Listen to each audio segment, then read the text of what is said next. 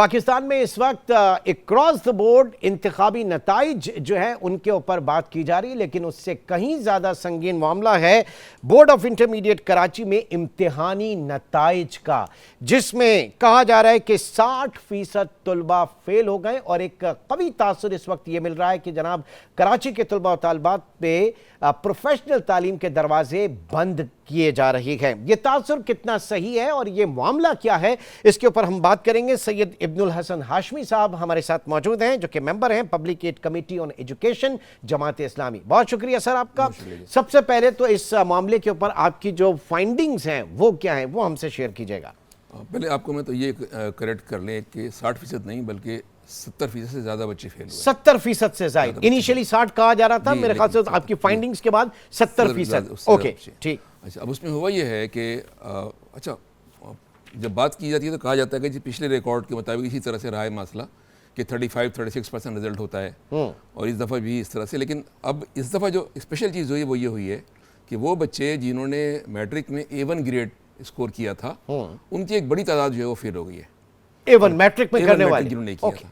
अच्छा, हम चूँकि कराची में रहते हैं और हम तालीमी माहौल से हमारा वास्ता है, तो हम जानते हैं कि जो बच्चे हैं ना उनको एक ट्रैक रिकॉर्ड चलता है, यानी मैट्रिक से 9 से ऑनवर्ड चल रहे होते हैं।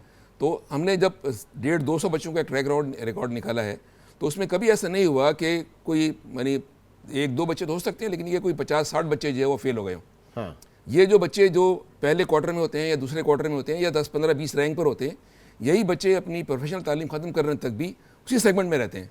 15 से 20 ग्रेड के अंदर वो चल रहे होते हैं, 5वां नंबर, 8वां नंबर, 12वां नंबर, 25वां नंबर, इस तरह से आ जाते हैं।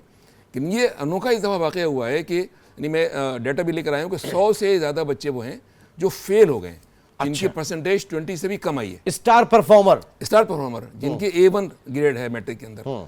यहाँ से थोड़ा सा फिर अंदाज़ा हुआ कि हुआ क्या है।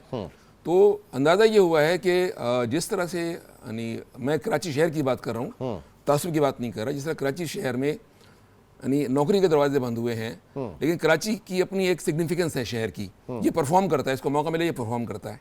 तो बच्चे जब जहाँ जहाँ दरवाजे बंद होते रहे तालीम के, तो परफॉर्म करते रहे।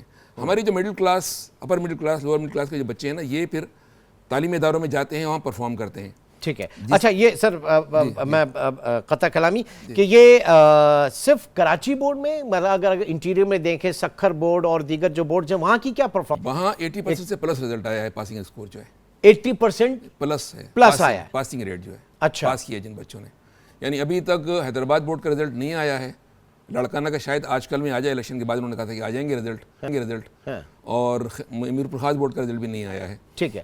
बाकी तो टेक्निकली क्या आपकी फाइंडिंग्स में, अगेन टेक्निकल साइड पे चले जाते हैं, तो क्या क्योंकि बहुत से लोगों ने अप्लाई किया होगा, आप अपनी जो है स्क्रूटनी के लिए अप्लाई किया होगा, ये सारी चीज़ें, तो टेक्निकली कहाँ पे जाके आपको नजर आया कि प्रॉब्लम है? जो फैक्ट्स फाइंडिंग कमेटी की जो रिपोर्ट्स, जो एक तो उन्होंने रिपोर्ट बाकायदा पब्लिश कर दी और वो ऑर्डर भी उसका आ गया है, लेकिन जो रिपोर्ट हमें पता चली उसके मुताबिक ये हुआ है कि कॉपियाँ अनचेक्ड थी। अनचेक्ड जी, कॉपियाँ चेक नहीं की गई। उनकी ग्रेडिंग या नंबरिंग प्रॉपर नहीं की गई। यानी उन्हीं कॉपियों को जब वाइटो लगा के नंबर मिटा के और उसी इन्विजिलेटर को जिसने कॉपी चेक की थी, जिसको आप चेक करें तो उसके नंबर ज़्यादा दिए उसने उस दफ़ा। अच्छा, उस कॉपी के अंदर। यानी ये भी एक इंसिडेंट हुआ है कि एक कॉपी जिस पर नंबर मार्क हो गए थे, ग्रेड हो गया था, कमेटी ने वाइटो से नंबर मिटा दिए। अच्छा, और उसी जिस शख्स ने चेक की थी कॉपी, उसके हवाले की गई। और इसके सारे सबूत है आपके पास? सारे सबूत उसके पास मौजूद हैं। कमेटी ने भी ये तस्करा इसका किया है। अब वो नंबर ज़्यादा दिए उन्होंने, वो रह गए।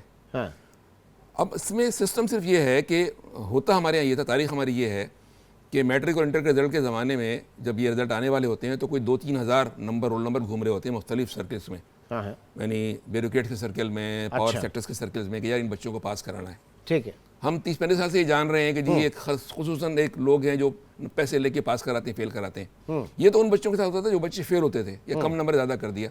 पहली मरतबा ये हुआ है कि जो परफॉर्मर्स हैं, यानी प्रोफेशनल स्टार परफॉर्मर्स जो वो इससे मुतासिर प्रोफेशनल में जाने वाले बच्चों एट प्रेजेंट क्या स्टेटस है? क्योंकि ज़ाहिर इसमें हज़ारों तलबा का मामला है, उनके मुस्तकबिल का अभी क्या स्टेटस है इस पूरे मामले का? अभी स्टेटस ये है, इन्होंने किया ये है कि ग्रेस मार्क इन्होंने कहा हम देते हैं सारे बच्चों को। तो उसका क्या फायदा होगा? ग्रेस मार्क्स आप देखें तो कैरियर खराब कर रहे हैं। 5.1% बनती है टोटल। अगर जितने ग्रेस मार्क आपने कहे हैं वो सब के सब अगर दे भी देते हैं तो ये 5.1% बनता है। मेरे पास रिकॉर्ड में आपको दिखाऊंगा कि जिन बच्चों की 20% इनकी आई है उनको 5.1% दे देंगे तो फेल है। वो तो फेल है। वो A1 बच्चा जो है वो तो एप्टीट्यूड टेस्ट में नहीं बैठ सकता, ठीक है, मेरी मेडिकल के या इंजीनियरिंग के या मेडिकल के टेस्ट में नहीं बैठ सकता, उसका करियर खत्म हो गया। ये पैगाम सिर्फ यही जा रहा है। तो फिर आप ज़ाहिर है कि कोर्ट ऑफ लॉ भी तो जा सकते हैं ना इसमें। आप जमात इस्लामी किस प्लेटफॉर्म के ऊपर इस मामले को लेकर चल रही है? वो तो अब सब इलेक्शन में लग गया, लेकिन इलेक्शन से पहले जमात ने इसको जरा हाईलाइट किया था मामले जी, हम बिल्कुल इसी पैटर्न पे जा रहे हैं। हमने पहले तो जो तरीक़ेकार था कम्युनिकेशन का, चीफ मिनिस्टर साहब जो केयर टेकर हैं उनको भी लेटर लिखा, उसकी गुफ्तगू भी हुई, उन्होंने कहा ठीक है हम देखते हैं, उन्होंने मैटर उन्होंने टेकअप भी किया। उसी पर हमारी रिकमेंडेशंस के ऊपर ये कमेटी फॉर्म हुई, जो हमने कहा था कि कमेटी बनाए, इन्वेस्टिगेट करें। लेकिन कमेटी की फाइंडिंग्स जो है ना उसको वो मुनासिब नहीं लगी हमें। ठीक, उसमें हम ये चाह रहे थे कि चूंकि रिजल्ट डेवलप कर दिया आपने, और अगर 50 नंबर आप दे भी देते हैं टोटल में किसी को, जिससे 200 नंबर स्कोर कर लिए, 250 नंबर मिल भी जाएंगे, ठीक है, तो वो उसका कैरियर आगे खत्म हो गया है। या तो वो फर्स्ट ईयर पूरा रिपीट करेगा, और वो 4000 या 5000 बच्चे जो इससे मुतासिर हुए हैं वो फर्स्ट ईयर रिपीट करेंगे, ठीक, तो या फिर किसी और बोर्ड में जाएंगे जो इनका मकसद है। ओके, अच्छा, अब ये भी कहा जा रहा है कराची बोर्ड में चेयरमैन, सेक्रेटरी और नाज़िम इम्तिहानात के ओहदे खाली हैं, और कमिश्नर के पास चेयरमैन बोर्ड का इजाफी चार्ज उनको दिया गया है। 15 दिन के लिए जो अफसरान हैं उनको सेक्रेटरी और नाज़िम इम्तिहानात का जो है वो चार्ज तफवीज़ किया जा रहा है। इस तरह की भी मसाइल उसमें हुआ ये था कि चूंकि यानी सारा सिस्टमिक करप्शन पे भरा हुआ है ना, मैट्रिक बोर्ड भी इंटर बोर्ड भी, तो इनकी आपस में चलती रहती है। तो जिस ज़माने में यानी नवंबर दिसंबर में इनको फारिग कर दिया गया, फारिग करने के बाद जो कमिश्नर कराची हैं उनको इजाफी चार्ज दे दिया गया दोनों बोर्ड्स का, मैट्रिक बोर्ड का भी इंटर बोर्ड का भी। उसके बाद फिर उन्होंने बैरल बच्चों के इलेक्शन में मसरूफ थे, तो ये सारा मसला जो है वो चेक नहीं कर सके कि होना क्या था। ठीक है, और वो रिजल्ट कहा यह जाता है, अब एक और बात आपको बता दूं, कहा यह जाता है कि रिजल्ट जो है ना पहले जारी किए जाते हैं वैसे, यानी अनऑफिशियल, ओके, उस पर फिर हिसाब किताब होता है। अच्छा, तो उसमें फिर जो इनके यानी ग्रेडिंग के जो रजिस्टर्ड हैं उनके 4-4, 5-5 पेजेस जो है ना खाली पाए गए। ठीक ठीक सर, आगे आने वाले प्रोग्राम में हम चाहेंगे कि इसके ऊपर और ज़्यादा जो है वो बात करें और इसको ये मसला कंक्लूड हो, क्योंकि मामला है ये हज़ारों तुलबा के मुस्तकबिल का। हमारे साथ सैयद इब्नुल हसन हाशमी साहब मौजूद थे, और देखते हैं कि मामला जाके रुकता है। ये बच्चों को ग्रेस मार्क्स देकर पास करना उनके साथ उनके प्रोफेशनल कैरियर को तबाह करने की एक साजिश समझी जाएगी।